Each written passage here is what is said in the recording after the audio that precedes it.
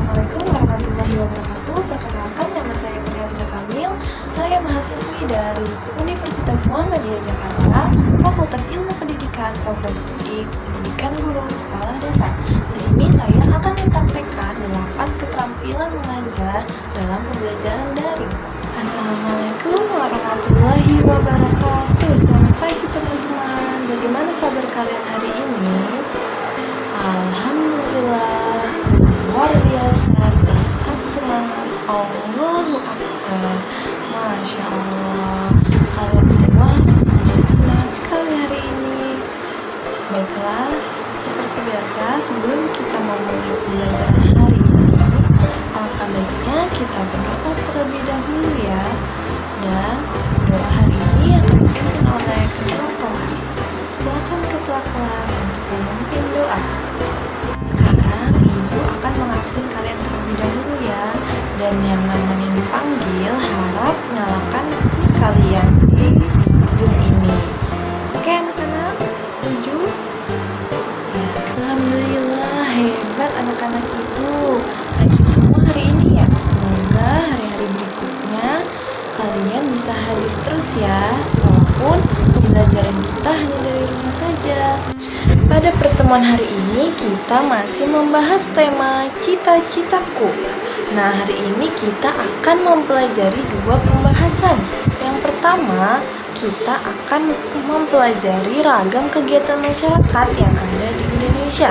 Dan yang kedua, sumber daya alam.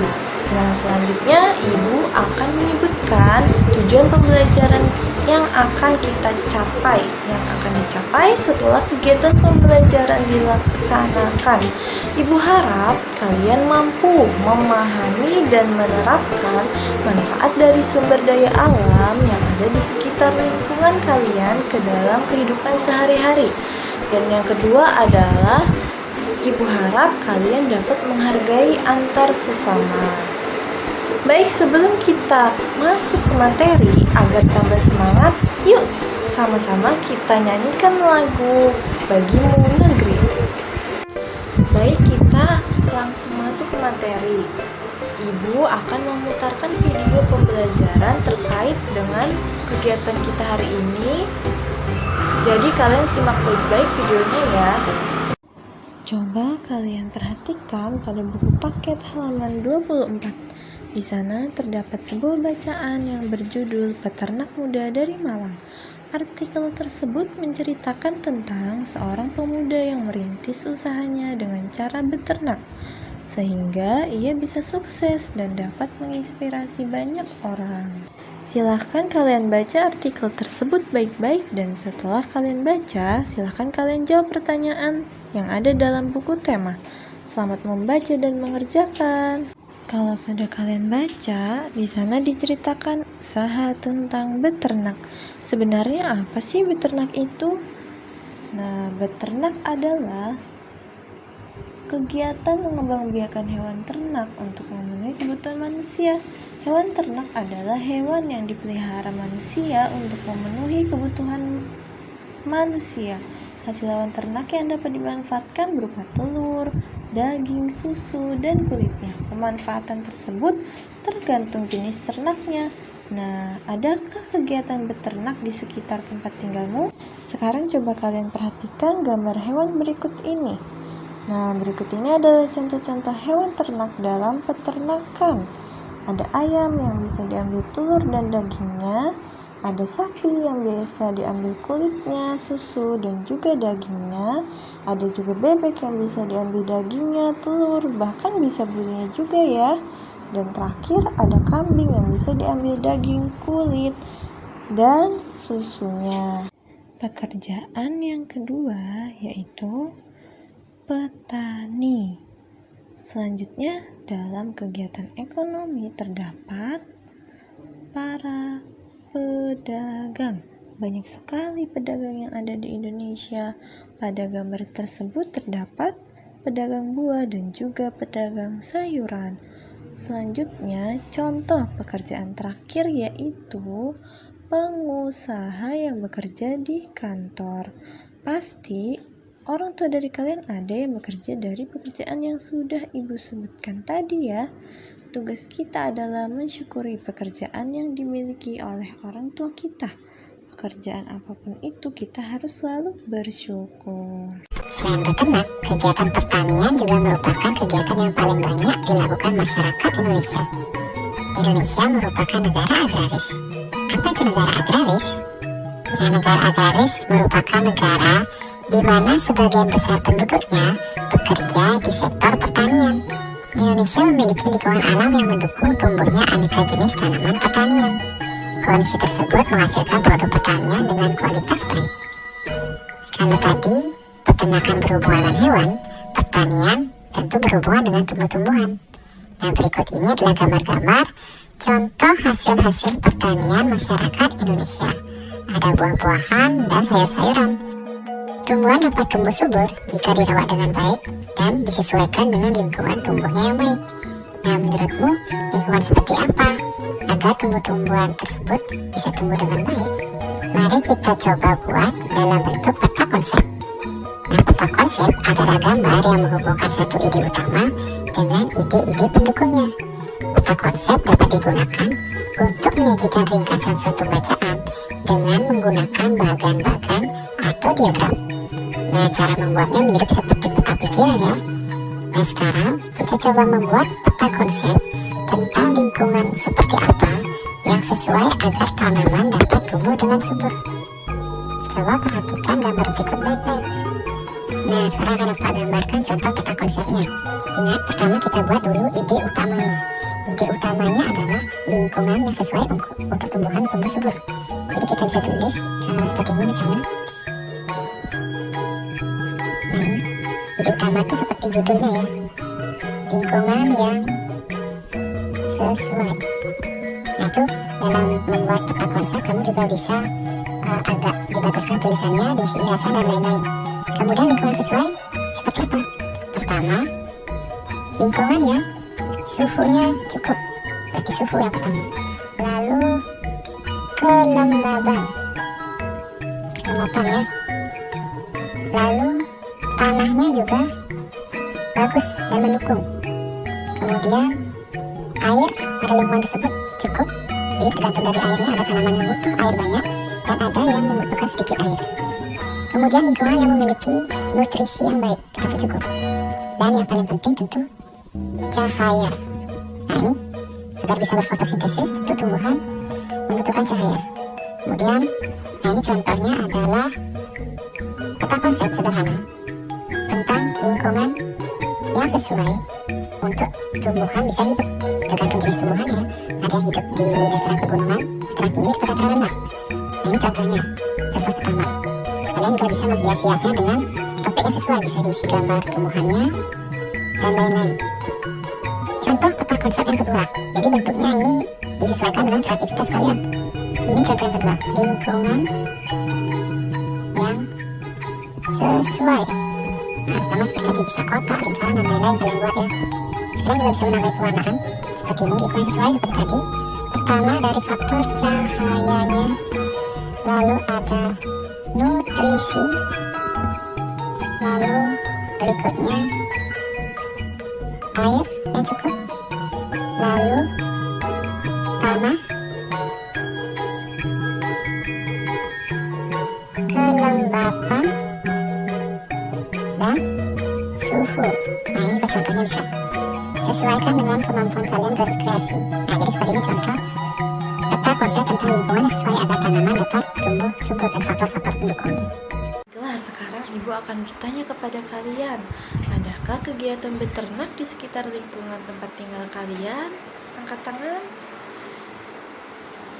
Ya, pasti ada.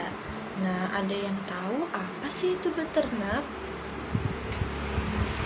Betul sekali.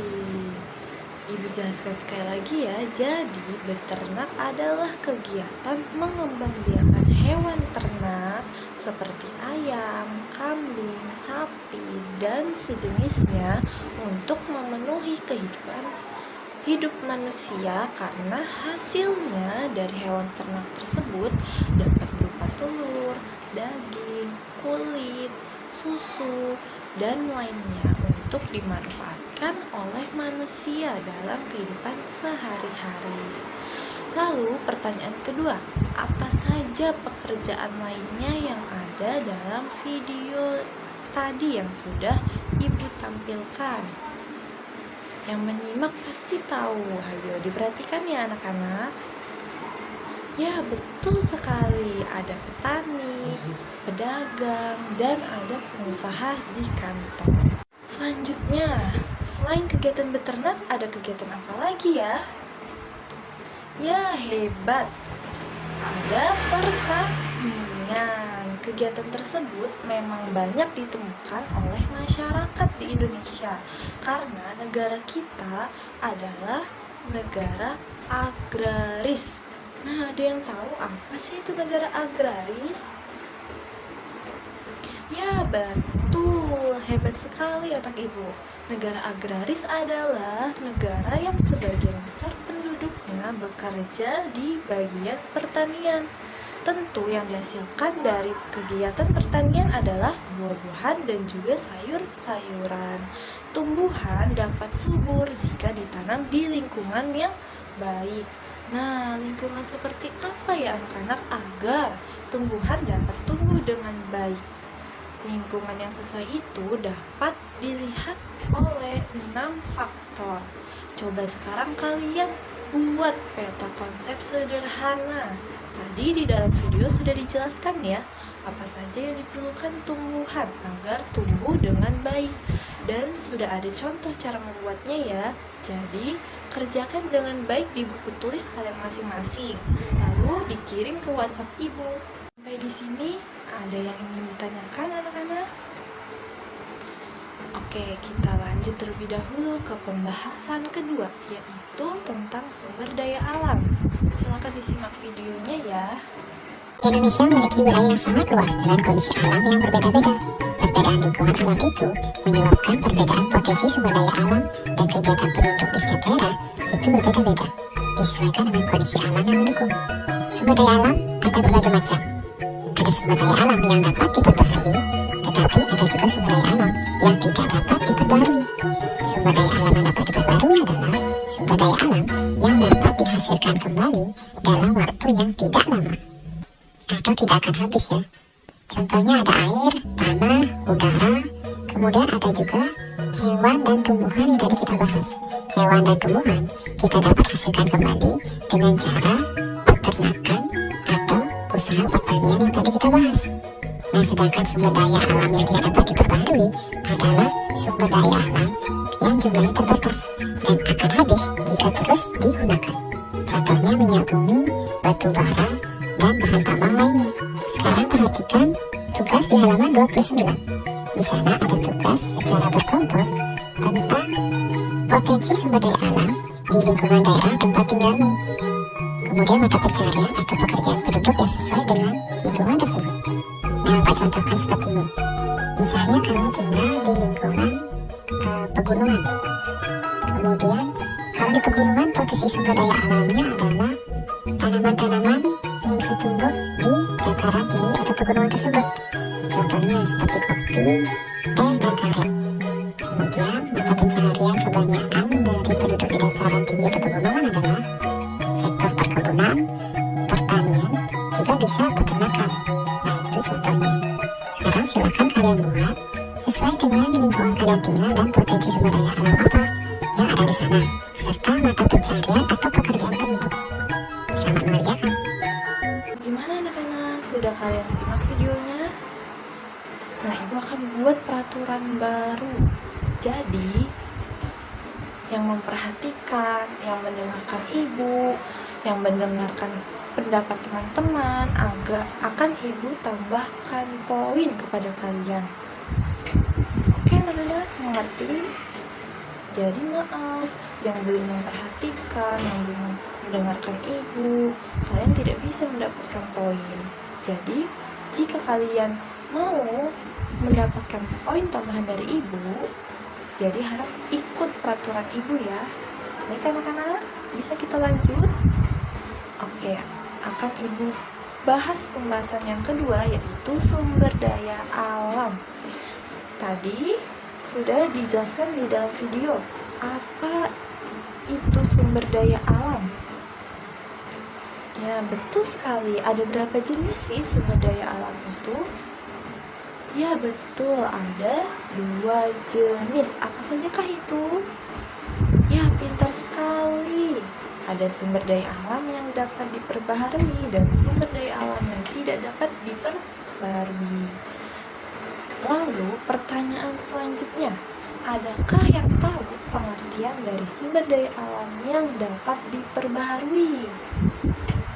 Ayo, yang menyimak videonya pasti bisa menjawab dan akan Ibu beri nilai tambahan. Wah, betul sekali. Sumber daya alam yang dapat diperbarui adalah sumber daya yang tidak akan habis walau dipakai secara terus-menerus. Nah, contohnya seperti apa ya? Ada yang bisa jawab? Betul, hebat, seperti air, tanah, udara, hewan, serta tumbuhan. Lalu, pertanyaan selanjutnya, apa itu sumber daya alam yang tidak dapat diperbarui? Hebat, cerdas sekali anak ibu. Sumber daya alam yang tidak dapat diperbarui ini adalah kebalikan dari sumber daya alam yang dapat diperbarui, yaitu sumber daya yang dapat habis jika digunakan secara terus-menerus. Di sini ada yang bisa kasih contoh sumber daya alam yang tidak dapat diperbaharui apa saja? Ya, betul, bagus sekali. Bahan pertambangan seperti emas, nikel, timah, minyak bumi, dan juga batu bara. Selanjutnya, kalian diskusikan tugas halaman 29 secara berkelompok yang berisi 5 anak. Kalian berdiskusi tentang potensi sumber daya alam di lingkungan daerah tempat tinggal kalian. Sudah diberikan contoh ya anak-anak dalam penjelasan video yang sudah Ibu tampilkan. Ibu bahas sedikit ya. Misalnya, kalian tinggal di daerah pegunungan. Nah, sumber daya alam yang dapat dimanfaatkan di daerah pegunungan adalah tanaman seperti kopi, teh, dan karet. Lalu, pekerjaan yang sering ditemukan di pegunungan adalah sebagian besar masyarakat bekerja di sektor perkebunan, pertanian, dan juga peternakan. Jadi, kalian kerjakan sesuai dengan tempat tinggal kalian masing-masing ya.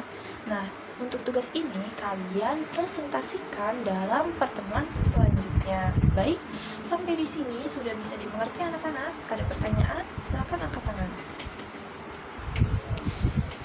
Ya, Adi. Nah, jadi kalian boleh kerjakan tugas ini misalkan di rumahnya Dimas. Nah, kalian bisa kerjakan 5 orang anak ini kerjakan di rumahnya Dimas. Nah, kalian lihat di sekitar lingkungan rumahnya Dimas. Misalkan tadi kalian tinggalnya di daerah pantai. Nah, masyarakat yang bekerja di pesisir pantai biasanya adalah nelayan. Nah, seperti itu bisa dipahami? Baik, kalau sudah tidak ada pertanyaan lagi, sampai di sini sudah jelas ya semuanya? Baiklah, sebelum kita akhiri pertemuan hari ini, ayo, apa saja yang sudah kita bahas tadi? Ada yang masih ingat? Iya, betul sekali. Berarti kalian memperhatikan ya.